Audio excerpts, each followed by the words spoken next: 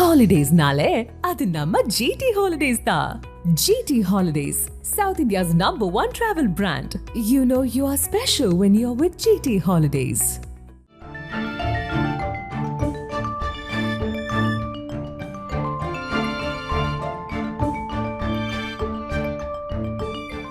உங்கள் ஜீரண கோளாறுகளுக்கும் வயிற்றெரிச்சலுக்கும் சரியான ஒரு தீர்வு. டூரிங் டாக்கீஸ் ரசிகர்களுக்கு வணக்கம். வாங்க லென்ஸ் நிகழ்ச்சிக்கு போகலாம்.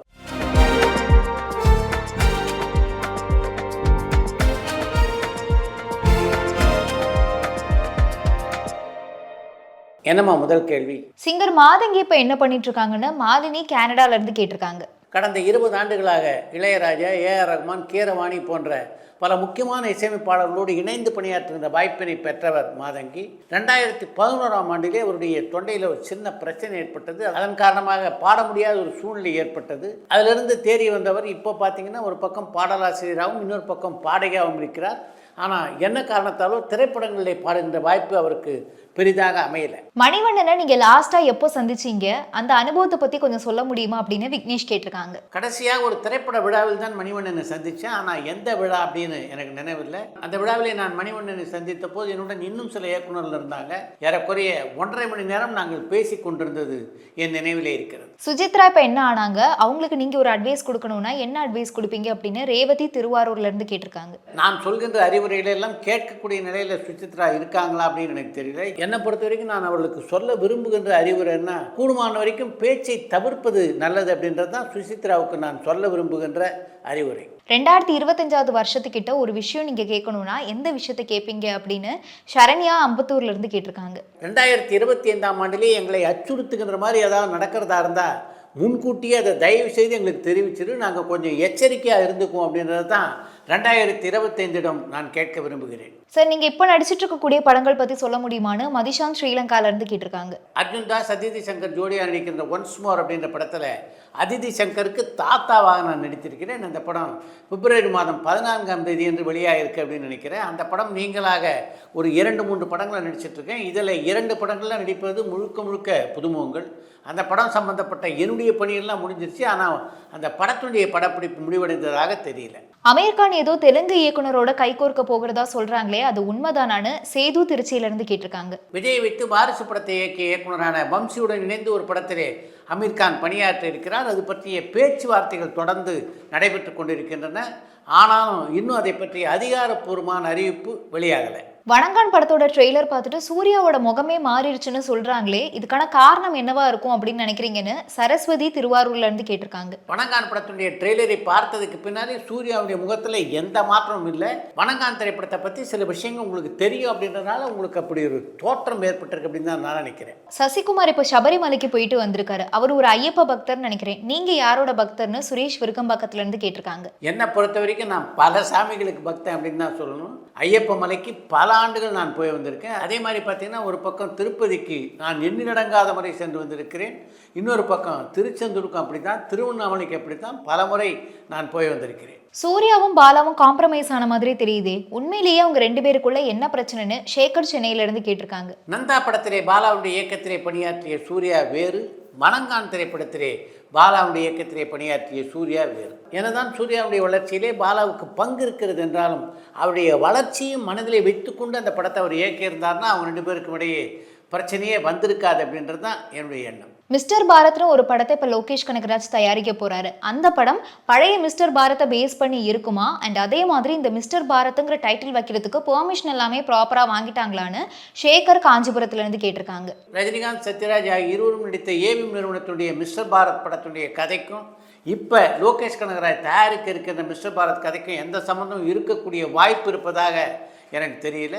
அந்த படத்துடைய தலைப்பை வைப்பதற்கு முன்னாலே நிச்சயமாக ஏவிஎம் நிறுவனத்துடைய அனுமதியை லோகேஷ் கனகராஜ் பெற்றிருப்பார் அப்படின்னு தான் நான் நினைக்கிறேன். சந்திரபாபு பத்தி நான் நிறைய விஷயங்களை கேள்விப்பட்டிருக்கேன். அதுல எனக்கு வியப்பை கொடுக்கக்கூடிய ஒரு விஷயம்னா முதல் மாடி கார் பார்க்கிங் வீடு தான். அந்த வீடு இப்பவும் இருக்கா, அதை யார் பராமரிச்சுட்டு இருக்காங்க, அவங்களுடைய பிள்ளைகள் எல்லாம் என்ன பண்ணிட்டு இருக்காங்க, அது கரெக்டான ஒரு நிலையில தான் இருக்கான்னு மதுரையிலிருந்து சுந்தர் கேட்டிருக்காங்க. அந்த பிரம்மாண்டமான வீட்டை கிரீன்வே சாலையில தான் சந்திரபாபு கட்டியிருந்தார். அந்த வீட்டை சந்திரபாபு முழுவதுமாக கட்டி முடிக்கல. இப்போ அந்த வீட்டை இடிச்சிட்டாங்க. அங்கே பார்க்க வேறு பங்களா வந்திருக்கிறது. ஒரு செலிபிரிட்டியோட திருமண நிகழ்வுக்கான அழைப்பு எப்படி இருக்கும்? அவங்க கிட்டயே எல்லா கான்டாக்ட்ஸும் இருக்குமா, இல்ல மீடியா கிட்ட அணுகுவாங்களான்னு ரியா ஸ்ரீலங்கால இருந்து கேட்டிருக்காங்க. தமிழ் சினிமாவில் இன்னைக்கு 30-40 பத்திரிகை தொடர்பாளர் இருக்காங்க. அவங்க எல்லார்கிட்டையும் தமிழ் சினிமாவில் உள்ள நடிகர்கள், தொழில்நுட்ப கலைஞர்கள், தயாரிப்பாளர் எல்லோருடைய டெலிஃபோன் அட்ரஸ் எல்லாமே இருக்குது. அவங்களுடைய துணையோடு தான் நட்சத்திரங்கள் திரையுடனருக்கு தங்களை அழைப்பதை கொடுப்பார்கள். ரஜினியோட பயோபிக் வந்தா அதுல யார் நடிச்சா நல்லா இருக்கும் அப்படின்னு விக்ரம் கேட்டிருக்காங்க. ரஜினியுடைய பயோபிக்கை பொறுத்த வரைக்கும் யாராவது ஒரு புதுமுகம் அந்த கதாபாத்திரத்தை நடித்தா நல்லாயிருக்கும் அப்படின்றதான் என்னுடைய கருத்து. புதுமுகம் இல்லாமல் இன்றைக்குள்ள நட்சத்திரங்கள் யாராவது நடிக்கணும் அப்படின்னா விஜய் சேதுபதி அந்த கதாபாத்திரத்துக்கு மிகவும் பொருத்தமாக இருப்பார் அப்படின்னு நான் நினைக்கிறேன். நயன்தாரா தனுஷ் பிரச்சனையில நடிகர் சங்கம் தலையிட்டு இருந்தா இன்னைக்கு அவங்க நீதிமன்றம் வரைக்கும் போகிற ஒரு நிலைமை வந்திருக்காதுன்னு நான் நினைக்கிறேன். இந்த நடிகர் சங்கம்ங்கிறது எதுக்கு இருக்கு, அது எப்பதான் செயல்படும்னு சுரேஷ் விருக்கம்பாக்கத்துல இருந்து கேட்டிருக்காங்க. நயன்தாரா தனுஷ் பிரச்சனையை நடிகர் சங்கம் கையில் எடுத்திருந்தால் நிச்சயமாக அந்த பிரச்சனை இன்னும் கொஞ்சம் பெருசாக இருக்குமே தவிர அவ்வளவு எளிதில் அதற்கு தீர்வு கண்டிருக்க முடியாது அப்படின்றது தான் என்னுடைய எண்ணம்.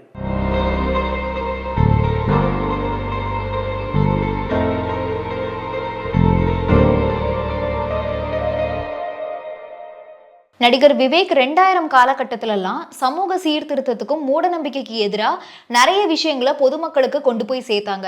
நகைச்சுவையா ரொம்பவே சிம்பிளா நிறைய டைலாக்ஸ் மூலமா அவங்க எளிமையான முறையில சாதாரண மக்களுக்கு கொண்டு போய் சேர்த்திருந்தாங்க. ஆனா இப்போ வந்துட்டு ஒரு பிளேம் கேம் பண்ணாம அவரை மாதிரி யாராலையாவது இந்த மாதிரி மூட நம்பிக்கைகளுக்கு எதிராகவும் சமூக சீர்திருத்தத்துக்கும் ஒரு காமெடியன் வரதுக்கு வாய்ப்பு இருக்கான்னு அரவிந்த் லோச்சனன் வில்லியனூர்ல இருந்து கேட்டிருக்காங்க. நகைச்சுவையை தாண்டி பல சமூக கருத்துக்களை பேசிய போதிலும் விவேக்கு தொடர்ந்து பல படங்களில் நடிக்கக்கூடிய வாய்ப்பு கிடைத்தது.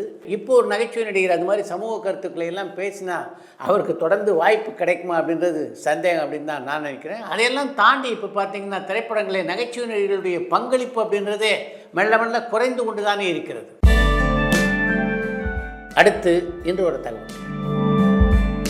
புரட்சித் தலைவர் எம்ஜிஆருடைய பல திரைப்படங்களிலே வில்லனாக நடித்தவர் எஸ்.வி. ராமதாஸ். பல திரைப்படங்களில் நடிக்க வாய்ப்பு வந்தாலும் மிகப்பெரிய அளவில் அவருக்கு வருமானம் வந்ததா என்றால் இல்லை. அதனால் பொருளாதார ரீதியாக பின்தங்கிய நிலையிலே தான் இருந்தார் எஸ்.வி. ராமதாஸ்.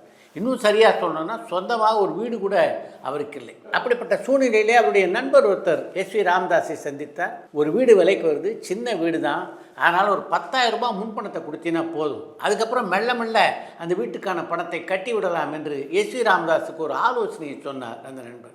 10,000 ரூபாய் இப்போ கொடுத்துடலாம், ஆனால் அதுக்கப்புறம் மிச்ச பணத்தை எப்படி கட்டுறது என்று மலைப்புடன் எஸ்.வி. ராமதாஸ் கேட்டபோது, உன் கையில் தான் ஒரு ரிசர்வ் பேங்க் இருக்க, புரட்சித் தலைவர் எம்ஜிஆர்கிட்ட கேட்டால் அவர் உனக்கு உதவ மாட்டாரா என்ன, அவரை போய் கேள்வி நிச்சயமாக உனக்கு உதவி செய்வார் என்று ஒரு யோசனையும் சொன்னார் அந்த நண்பர். அது வரைக்கும் எம்ஜிஆர்கிட்ட எஸ்.வி. ராமதாஸ் எந்த உதவியும் கேட்டதே இல்லை. அதனால் இந்த உதவியை கேட்பதற்கு அவருக்கு மிகப்பெரிய தயக்கம் இருந்தது. ஆனாலும் அதையெல்லாம் தாண்டி அவரை போய் கேட்கறது என்று முடிவெடுத்தார் எஸ்.வி. ராமதாஸ். எம்ஜிஆரை சந்தித்த ராமதாஸ் ஒரு சின்ன வீடு வாங்கலான் இருக்கேன், அதுக்கான முன்பணமாக ஒரு 10,000 ரூபாய் கொடுத்துட்டேன், மிச்ச பணத்துக்கு தான் என்ன பண்ணுறதுன்னு தெரியல என்று அவரிடம் சொன்னார். அதை கேட்டவுடனே எம்ஜிஆர் சிறிது நேரம் பதிலே பேசலை. அவ்வளோ பணத்துக்கு இப்போ எங்கே போகிறது அப்படின்னு எனக்கு தெரியலையே, இதெல்லாம் முன் யோசனையாக யோசிச்சுட்டு இல்லை, நீ முன்பணம் கொடுத்துருக்கணும், இப்போ முன்பணம் கொடுத்துட்டு அந்த வீட்டை வாங்க முடியாமல் போச்சுன்னா அந்த 10,000 ரூபாயில் போயிடும் என்ற எம்ஜிஆர் கொஞ்ச நேரம் யோசனையாக இருந்துவிட்டு சரி போ அப்புறம் பார்க்கலாம் என்று சொல்லி ராமதாஸை திருப்பி அனுப்பிவிட்டார். திரும்பி வரும்போது எஸ்.வி. ராமதாஸுக்கு மிகப்பெரிய மனக்கவலை. எம்ஜிஆர்கிட்ட இதை கேட்டே இருக்கக்கூடாதோ, நம்ம கேட்டவுடனே உதவி செய்ய நினச்சா அவர் ஒன்றுமே செய்யலையே என்று மிகுந்த மன வருத்தத்துடன் தான் வீட்டுக்கு போனார் எஸ்.வி. ராமதாஸ். கையில் காசு இல்லை அப்படின்னு சொல்லி எஸ்.வி. ராமதாஸை திருப்பி அனுப்பிவிட்டாலும் எம்ஜிஆருடைய மனதிலே என்ன இருந்தது அப்படின்றது எஸ்.வி. ராமதாஸுக்கு எப்படி தெரியும்? எஸ்.வி. ராமதாஸ் வந்து போனவுடனே தான் நடிக்கின்ற ஒரு 5-6 கம்பெனிக்கு ஃபோன் செய்தார் எம்ஜிஆர். உங்கள் படங்கள் எல்லாவற்றிலும் எஸ்.வி. ராமதாஸுக்கு ஒரு முக்கியமான கதாபாத்திரங்கள் கொடுங்க, உடனடியாக அவர் ஒப்பந்தம் செய்யுங்க, அதுக்கான முன்பணத்தையும் கொடுத்துருங்க என்று அந்த நிறுவனத்திடம் சொன்னார். அடுத்த 5 நாட்களில் 5 நிறுவனங்களிடமிருந்து எஸ்.வி. ராமதாஸுக்கு முன்பணம் போனது. அந்த முன்பணத்திலேயே அந்த வீட்டுக்கான முழு பணத்தையும் கட்டி முடித்து விட்டார் எஸ்.வி. ராமதாஸ். இன்றைக்கும் மக்கள் மனதிலே புரட்சித் தலைவர் எம்ஜிஆர் வாழ்ந்து கொண்டிருக்கிறார் என்றால் அதுக்கு முக்கியமான காரணம் மற்றவர்களுக்கு எப்படி உதவுவது என்பதை பற்றியே முழு நேரமும் அவர் சிந்தித்து கொண்டிருந்தது தான்.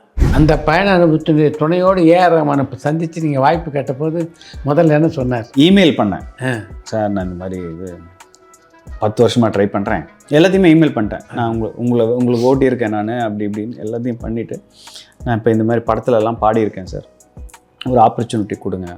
நெக்ஸ்ட் டே இமெயில் ரிப்ளை பண்ணுறாரு சார் அவர்.